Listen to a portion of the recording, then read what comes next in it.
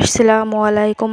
Lifestyle নতুন একটা ব্লগে আপনাদের সকলকেই স্বাগতম। আশা করছি আপনারা সকলেই ভালো আছেন। আলহামদুলিল্লাহ আমিও ভালো আছি। তো আজকে আমি বানাতে যাচ্ছি আম মাখা, কাঁচা আম মাখা। তো প্রথমেই আমি ভালোভাবে হলুদ সরিষা ভালোভাবে বেটে নেব পাটাতে আম মাখানোর জন্য। তো কীভাবে আমি আমটা মাখাচ্ছি আপনারা দেখতে থাকুন, ফুল ভিডিওটা দেখবেন, স্কিপ করবেন না। তো আমার সরিষা খুব ভালোভাবে বাটা হয়ে গেছে। তো সরিষাটা বেটে আমি একটা পাত্রে তুলে রাখবো।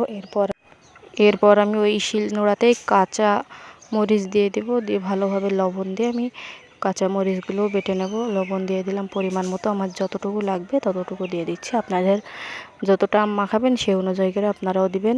তো আজকে আমি সব শিলনোড়াতে বেটে আমটা মাখাবো, খেতে খুব ভালো হবে। তো দেখতে থাকুন কীভাবে মাখাচ্ছি। তো আমার কাঁচামরিচও বাটা হয়ে গেছে। এরপর আমি আমটাকে আগে থেকে ছুলে ধুয়ে রেখেছিলাম। তো এরপর আমি গ্রেটারে গ্রেট করে নেব। এটা আগে থেকেই করবেন না, কিন্তু আমটায় পানি ছেড়ে দেবে, দিয়ে ভালো লাগবে না খেতে। তাই ওই সবগুলো বাটা ঘাসার পরে আমটা এরকমভাবে গ্রেট করে নেবেন। তো আমার আমটা গ্রেট করা হয়ে গেছে। এরপর আমি সরিষা বাটা দিয়ে দেব। এরপর বেটে রাখা কাঁচামরিচটা দেওয়া হয়ে গেলে এরপর আমি সামান্য একটু লবণ দিয়ে দেবো, আর একটু লবণ দিয়ে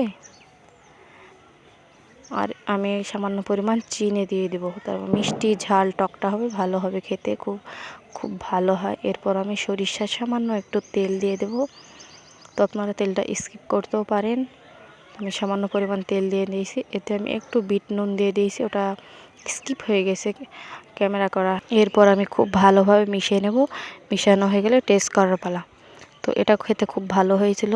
আমার ভিডিওগুলো ভালো লাগলে লাইক সাবস্ক্রাইব করে দেবেন।